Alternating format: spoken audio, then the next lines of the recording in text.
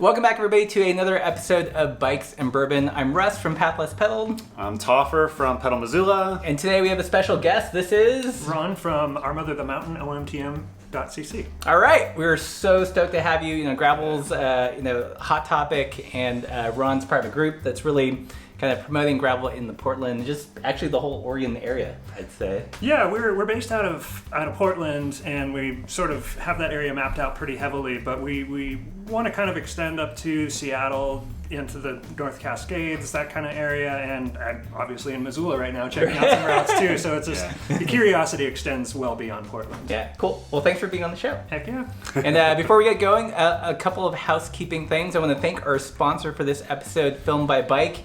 And Topper, you have been working with them. You're bringing Film by Bike to Missoula. Yep. When's that happening, and how's it been? So that's going to be on the 25th of September, 7:30 at the Roxy here. So our local independent cinema will be hosting that night, and it's been great. They're packaging for getting you everything. So they're in Portland, we're in Missoula. Mm-hmm. We're trying to get working with the theater. It's all been very smooth.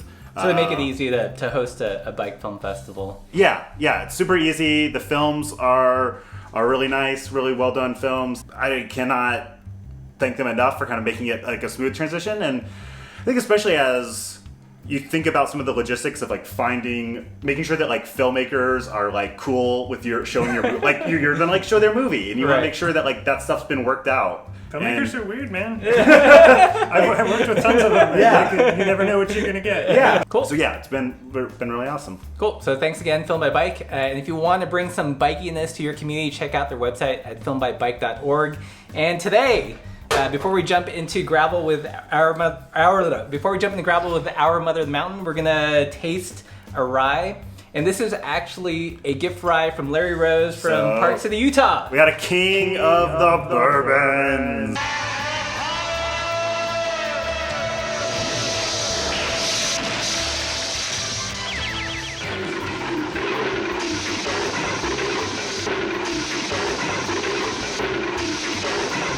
Animation, we have this cheesy He-Man animation, which is pretty cool. Okay.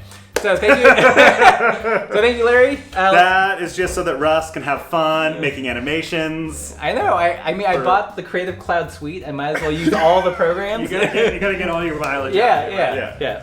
Cool. Yeah. So this is the Rendezvous Rye from High West. We've enjoyed High West on the show before. Yeah, we had their American Prairie bourbon and their double rye, and this is kind of their signature classic rye. Somebody's been enjoying this one. It's been well loved. It's got that gaminess that I expect from a rye, but it doesn't knock you over the head. It's not like sucking on a peppercorn or Yeah, overall I feel like it doesn't punch you in the face.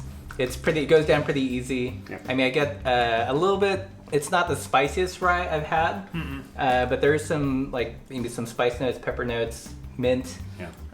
It's certainly a little bit more mellow than a bullet. That's true. Yeah, which that has a lot of that sort of Right. Yeah. It's got a lot of it's a rye. This is more it's a rye. Yeah. Cool. Well, thank you, Larry. We'll be talking about this more as we progress in the episode. But Ron, our mother OMTM, how it's exactly. It's just OMTM. OMTM at this point.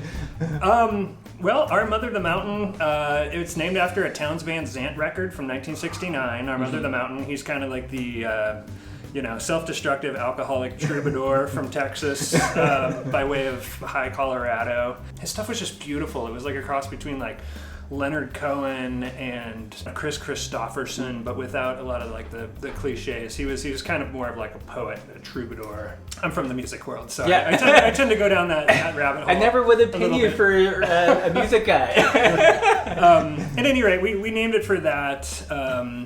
And it started out with my buddy Brandon Day and I. We both worked in music licensing. We both got cross bikes at the same time. And we just started riding gravel around Portland just as a way to kind of prepare for cyclocross season. And got all psyched up to race, and we joined a team and got all stoked and got all gung-ho. And then we realized that racing sucks. I concur. We were having such a great time going and exploring these roads, and we were getting these sort of amazing rides together, and our teammates kept being like, no, man, I can't make it out to the ride today. I got to stay in zone 3 for about 45 minutes, and I'm just going to do hill repeats and just going to go for a run. And we're just like, why would you do that? And then the time it takes to drive to races, the time it takes to optimize your riding over the course of an entire season just geared towards redlining for 45 minutes. It's insane. And when you live in these beautiful areas and there's so much to explore, we just found it was better to do these sort of like longer form rides and linking up all these sort of roads that people were curious about. Everyone's like, have you ridden Otto Miller? Have you ridden Smoke Ranch, Pumpkin Ridge? And so in the Portland area, those were like our jump off points. And you know, once you get that itch and you're just like, well, where does that connect? This thing leads off into the woods. So when you were mapping out like the initial rides, how many of them ended up being like dead ends and you had to backtrack, or you know, were you mostly successful when you were planning routes the first time? Or is it like an iterative process? It's always different depending on where you are, but I mean, all of it takes trial and error. All of it, especially once you get into areas that are heavy logging areas, you're going to find these places that, you know, all the different map overlays are going to show things going through, but from one season to the next, there could be a washout. They could have shut down or decommissioned certain roads. And so there's always that. And there's this one amazing experience that I had, which like, it kind of changed my whole deal as I was on this sort of like half-assed cross bike that I had made that was a road bike. It was like a mid-80s like Canadian steel Jim Meal, and it had just enough room for 30s, and so I was like, oh, this is the best thing ever. And so I'd taken like a wrong turn off of Smoke Ranch and gotten way back into what I know now is called Wilderness Road.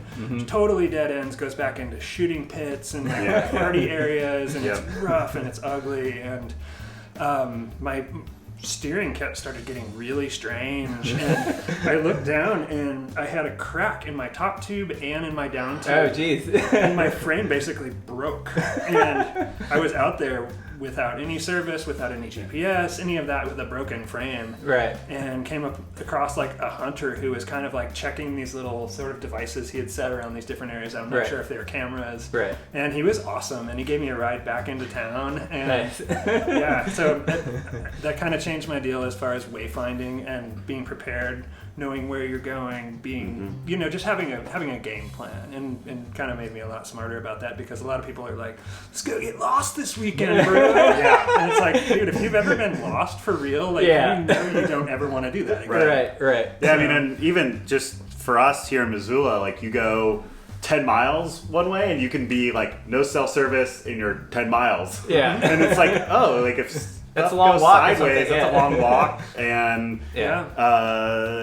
but we had that similar thing where, you know, there's lots of roads where you're thinking like, oh, this is gonna be awesome, and then you're like, oh no, it dead ends. Like whoever built this got what they needed, and then came back out the same way. They got all their trees, and then they hit reverse for another 10 miles. Like they didn't realize that there would be people on bikes that would want to connect over to like the next like drainage. The next valley. Like keep going. Like where's the connector? And a lot of what Ryan Francesconi, who is my partner in OMTM now, and I do is we will scout a lot of trails who have sort of like fallen by the wayside and that are underused and have kind of overgrown, and we'll go out there and ride and scout with silky saws and with you know, machetes sometimes to clear trails. And so we've got some favorites, like up in the Gifford Pinchot, the Sedum Trail, which is one that is rarely used, and it's sort of overgrown. An F41 that kind of comes out of the Wind River Experimental Forest and goes up to the sort of iconic Cougar Rock up there. And there's so much debris on there, so I think we're going to do a couple sort of clandestine work days back in there and kind of open some of those places up, because we were sort of inspired by the work that Gabe Tiller does with the Oregon Timber Trail, and he looks for sort of existing trails that have maybe been sort of underserved or underutilized, and goes and sort of like rehabilitates those things. So what's your motivation? Like, there's one thing to go out, get lost yourself, and explore a route, but then to like share it with others. Like, why open it up? The sense of community, I think, is really been exciting over the past 3 years to see, you know, how many people are getting into it and the different cross section of people we've met, and and just to share these routes, because when I moved to Portland and we started doing it, there was no resource for that. Right, and right. we were looking for stuff to ride, and we wanted to go out and check out these areas, and there was nothing. And so, I don't know, just to give people a vetted way to do this so that they didn't have to get lost, so that we could do the work so that they didn't have to. Yeah. Right. Yeah, we're kind of in a similar situation here. Like, we're both fairly recent transplants to Missoula, and we were looking for gravel rides, and they were like, there's nothing on Ride with GPS, barely anything on Strava, so we've had to kind of take these paper napkin drawings that we get from bike shops and try to turn them into routes and experiences. Yeah. One of the things that I fell in love with Our Mother Mountain was like the Instagram and some of the imagery that you use. And then I went to the website, and I think I was really like, that was where my brain kind of just like melted, because the website is like, there's this route section, which is not just like a link to like Ride with GPS, but there's narrative. It's poetic. There's the narrative. Yeah. Well, first of all, your routes are named interesting name. Like it's not just like whatever the name. It's not like the name of the road with like loop added at the end. It's like there's some name to it, and then there's all this imagery, and then there's even like kind of some nice info, like what tires you would recommend. Oh, totally. So like it's like this kind of like this really like nice package. The routes are always there. And right. Well, I think the thing was that we wanted to give people kind of the total package and prepare them, because I mean that's one thing. Can I refill you here? Oh yeah, please do. Oh yeah, always. You know, one of the most often discussed things when you're talking about gravel and riding, on sort of unpaved surfaces is like, well, what tires would you run? Yeah, sure, right. And it's a huge thing. I mean, it's so including your tire recommendations, and I mean, I'm a music supervisor and photographer, sort of like by profession, and so it's just in my nature to sort of like want to encapsulate the experience. And a lot of them, when we first started, we were like, we'll pair it with a song. This route sounds like Fire on the Mountain by Grateful Dead, and the color of this route is orange. See, I totally love that, because I feel like you guys were one of the first sites to really kind of go after like some other sensory experience, rather than just like the raw metrics of like, okay, this is your elevation gain, right? And it was nice to have like some other filter to kind of experience the route through. Well, when you ride it, you smell what it smells like, you feel what it feels like, and if there's a lot of climbing, which we like a lot of climbing, you're going to sort of sweat it out up all these hills, and so you feel within sort of yourself like what it feels like to do all that elevation in one go, and so I don't know. It's do you guys have recommended playlists for the routes? We do. You do? Oh, we actually do. I've been slacking on it, but when we first started, I would select a track for each route. Oh, nice. And kind of write it up in kind of a little bit of a, I don't know, the idea was to have kind of like a little bit more of a literary sort of rundown of what the route was like, so it wasn't, like you said, just the raw numbers and just the specifics on it. It was, what does it feel like? What does it evoke? What is it? Right. What's the takeaway? And those things, one of the other things that I really just love about what you do is the fact that it's like all kind of plainly laid out on the website.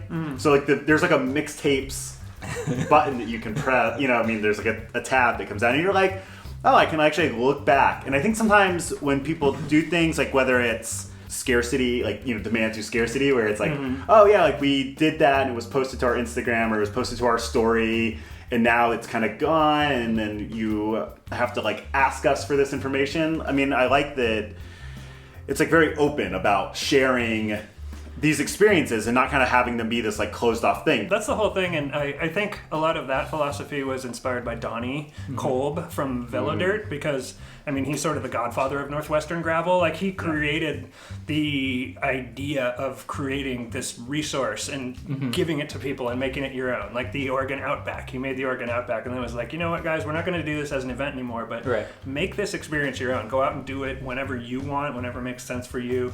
Here's how you do it. Here's where you go. But these are your routes. And so I really kind of like that idea about, you just give people the information, they can go do it themselves. For the first 2 years of our existence, when we were running the events, we were doing them just about every month. And that just gets to be a lot. And so now we've gone down to quarterly with the idea of be like, go out and ride these. And, you can sign up for the mailing or the email list in the community and talk about different routes, and we can talk about it. But as far as like organizing regular events, it's like it gets to be a lot every month. So So I'm curious, like, so when you have the events, who's showing up? Is it like former roadies or cross racers, or who's it pulling from? It is everybody, and that's what's been so interesting to us, because when I moved to Portland in 2012, the cycling community felt very cliquish. There was like the Rafa set, the roadies, like the super fast kind of like racers, the elite types,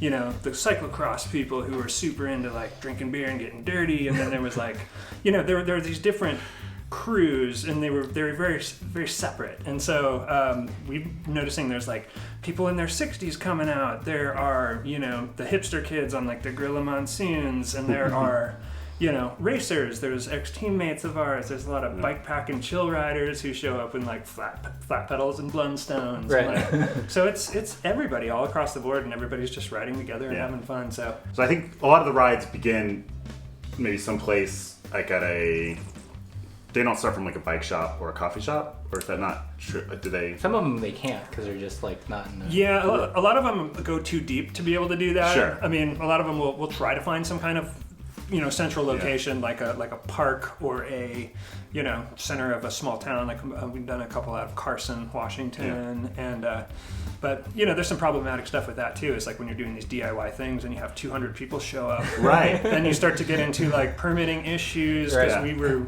contacted by folks from the Forest Service who told us Tillamook State Forest requires a permit, and we somehow made their radar, and they were telling us that we couldn't run it on the timber logjam this past year on certain trails. And so you start to get into some... It's the most supportive like bike shop in Portland. We're actually gonna go there in a couple weeks, so we're gonna do a visit. But is there one that's really like grabbing onto the gravel flag? Who are you gonna throw under the bus right now? I gotta go with my buddy Kevin Purcell with Golden Pliers.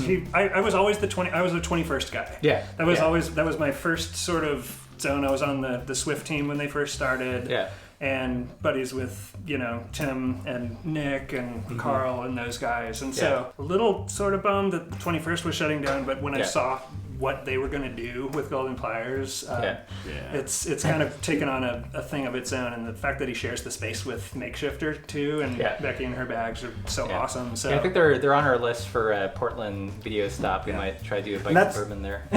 Oh, for sure. That's a great spot. And it's because he does like mixtapes too. He does cassette mixtapes. Like when I didn't have Spotify, I was trying to give him playlists, and he's just like, "Bro, I don't have Spotify. If you want to come over, I've got this TAC 2-track that we can lace up." No, he's a purist, so he's got vinyl in the shop, and he has cassette mixtapes for sale, and he's a bike whisperer too. So he set up my bike for this trip, and when it came out. So what bike, like if you were to pick one bike to ride most of the rides in your that you guys have on the site, what would you choose? Like is there an ideal bike?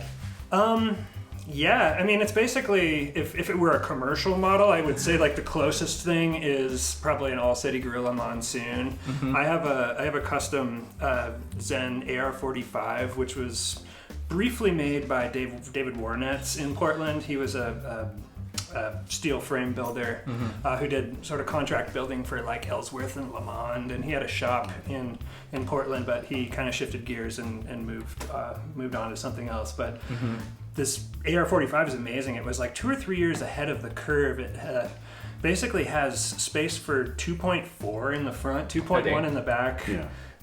It's this all-road sort of beast machine, and it's kind of, if you set it up like a road bike, it's light and handles like a road bike, but I have it set up kind of like a little bit of a mountain bike right now. And is it handling more on like the twitchy cross side, or is it kind of more laid back? It's a little bit more laid back. I have a Ren Cycles carbon fork on there, which will take a 2.4 in the front, which is so amazing for a bike like that.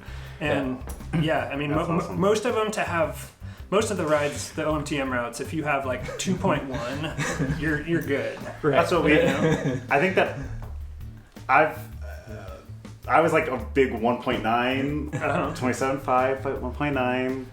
And then Russ has kind of gone more towards the 2.1. Yeah, I got that extra 0.2 of an. I got a chance to test ride the G Road for nice. our channel, and I was like, okay, 650B by 47. That's as big as a tire I want.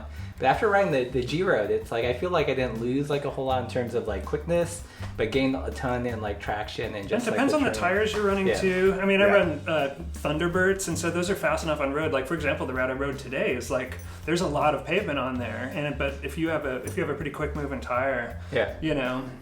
2.1s feel great on pavement sometimes too, because you're just kind of bouncing along, and I don't know. I think once you get used to it's a slippery slope. Once you get used to bigger, you go down. I brought a road bike on this trip with me too, and it has 28s, and it's just like, what is this bone shaking thing? You know? Yeah. Do you have future plans for OMTM, or is it like kind of just organic where you plan to take it? It is very organic. We don't really plan it out too hard. I mean, you know, both Ryan and Brandon and I have a lot of other things going on. Yeah. We just like riding bikes, but I mean, I think for now we're just gonna keep doing the quarterly events and keep exploring. It's nice going from a monthly down to quarterly because we had been missing riding for ourselves because we spend every weekend being like, oh, we got to go check out trail number 473 and see if that connects to the Barlow Road, and then see sounds like a job after a while. It literally started to almost become that way. And now that the events are quarterly, we get to do a lot more exploring, and he just did a 3-day trip around the Umpqua Trail, and holy smokes, he had some crazy experiences on that. And then I can come out and do trips like this and stuff and not having to worry about like, oh my god, we got this thing coming up in October and we have to suss out like 3 different variations of the routes, like the epic, the mellow, and the so we've done with Pedal Missoula trying to organize some rides, and we do my friend Allie, we organize like we call it our Mayhem Ride, and that's just like because we usually are underbiking and all those things, but trying to find quality routes. Like, you know, like that's the thing is that like when people come out, we want them to have like a good time, and then for a while we were like, let's do this every week, and then we were like, well, but from town, if we do this like every week, we're gonna be repeating things, and like we want it to be fresh for us and fresh for people coming out. So we started being like, oh, we should do this like once a month, so that we can just, even if we do repeat, it will have been 6 to 8 months ago. You get enough time that it feels fresh, or you can suss out some variations so that it's not being like, well, let's go just hook up this road. As much as we want to explore, we can also find like our comfort zones of like, oh, this route, I know how long it takes, I know what type of like workout I'm gonna get, or I know how hard it's gonna be, I know exactly how many like burritos I need to bring. You know, but like, so it can be hard, like if you're like, oh wait, I'm gonna try this new thing, it's like, great, what do I need to bring? How many burritos? Is this a 3 or 4 burrito? There's something to be said for that familiarity, though. It's actually Kevin and I had started up this sort of semi-weekly, very sketchy kind of like Cuddy Pirate Town ride, which goes through like the train yards and some of like the hobo track down by the river, and like there's a little bit of Forest Park, but 2 days before coming out here, we were doing that, and and stopped into the Portway Tavern and took a hard spill after that, and cracked some ribs on the way down. So it's a little bit of that, but there's something to be said, I think, for the regularity and knowing the route and knowing what to expect, because then you can tell, your partner or whatever what time you're going to be home, and budget your time for getting up for work the next day, and especially if they're evening rides going into fall and winter and stuff. So what's let's say you're planning out a route, like what are the elements of a good ride? What's the difference between a ride that you do for yourself and you're like, oh, this is good enough to share? I feel like it has to have certain aesthetic qualities. Like it's gotta look really cool. It's gotta go through some distinctively different variations. It can't be too much of the same thing. Right. We like to have a healthy dose of climbing. We call it the golden ratio: 10 miles to 1,000 feet of climbing. Right. So say you do 30 miles, it's gonna be 3K. Right. Something like that. I like to have single track in there too, a little bit of trail, a little bit of gravel, maybe some paved sort of respites. Don't like starting out in descents and then having to climb to a finish. So there's Right. There's pacing. It's like a good album, right? Right. It's got to sort of like set you up and then take you on this journey, and then kind of deliver you to this place at the end, and you know, I think there's a certain composerly aspect to that, right? You know, so looking basically for these different ways to connect up intriguing areas that sort of like pique our curiosity, but also kind of create this interesting experience where there's no too much of one thing, right? You know, maybe a little hike-a-bike, maybe some harrowing descents, but but it's not too much of that. Right. It's not all hike-a-bike. It's not all dusty washboard gravel. It's not all, you know, single track. So it's just having this nice flow that feels satisfying, I think, in the abstract is, I guess, what we would consider sort of a successful route that we would like to share. Yeah. I felt that way too. Like a good ride is like a good story. There's a little bit of a, you know, just like a preamble, kind of sets up the frame. There's some kind of denouement, some kind of climax, like either it's like the top of a certain peak or you reach a certain landmark that kind of anchors the whole experience, and then there's different acts to it. Yeah, you know? yeah, exactly. There's some structure and some narrative to it. So yeah, absolutely. I think it's also a creative outlet for us too. There is that aspect to it where you're creating this thing to present to people. So, right. Yeah. Well, that's one of the things that I've thought about as I've been organizing rides more is like just like on a kind of pure like, what do I want to do? Because it is like your time. Like there's not a big funder making sure OMTM rides go off smoothly. It's just all being like, we love riding bikes and we want to share what we love with you. And so there has to be that component of like, do I want to do this ride again? And like, I think that organize what you care about, because then people will like be like, cool, you're really passionate. I think that is first and foremost. It has to scratch the itch for us to share it with somebody else. I mean, we'll go out and do things that we think are going to be interesting, and if they don't pan out, or if they're too crazy, we're like, that might not be good for like 150 people or whatever. So. Yeah, but you have a good story out of it. Yeah, it's got to be good for you as well as for other people. So there's a few different intersection criteria. You know. And so my dream is to like eventually for you guys to inspire other OMTMs around the country. So like when we go travel, like we can plug into some like great routes without, you know, just pouring over maps. For people that are interested in doing something similar, do you have like any kind of basic like first steps to get out the door?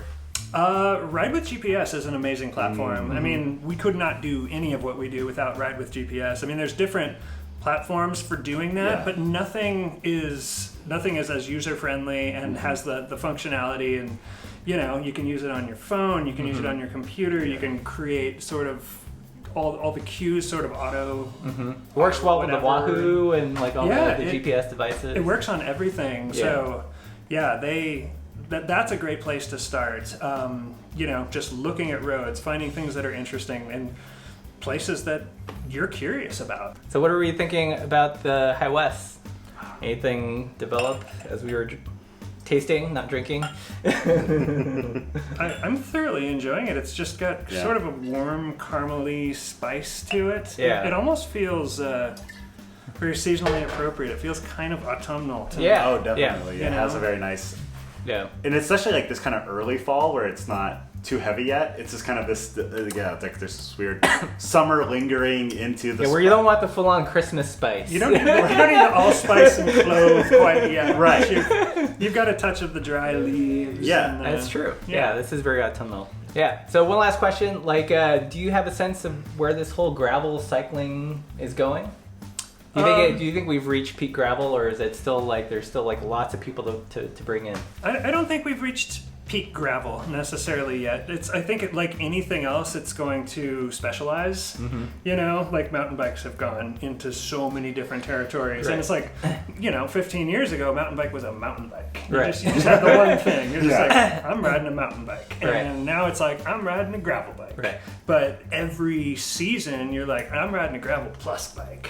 I'm riding 650B gravel adventure bike. And so, yeah, I mean, I think it's just going to specialize, and I think it's going to be good because it's going to allow people to sort of choose their discipline and gear to the riding that they like to do, and they won't have to like ride cross bikes on Right. like 200 miles of gravel for bikepacking anymore. You know, Right. they have Yeah. something that's geared towards what they want to use it for. I definitely do see that stratification, because I feel like there's in some, on like one extreme there's the gravel race, you know, Dirty Kansas, Rebecca's Private Idaho, those kinds of things. Totally. And there's like the more exploratory kind of gravel rides, which I feel like But not is- quite bikepacking, because Right, that's its yeah, own exactly, thing too. yeah, It's right. like bikepacking is definitely its own discipline, and gravel being separate from bikepacking. It's almost like gravel's an annoying term, because Right. it's a necessary term, because it kind of just, it's the only way Helps, to really kind of like Right. articulate exactly what it is. It's like, well, maybe not sleeping outside, but like you still want to get that same experience. So, Right.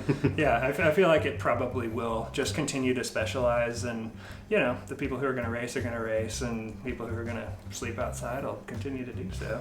Cool. Sweet. Well, on that note, Ron, thanks for joining us. Thank for you having again. me. Thank you again, Film by Bike, for being a sponsor of this episode. And until next time, Keep this upside down. cheers.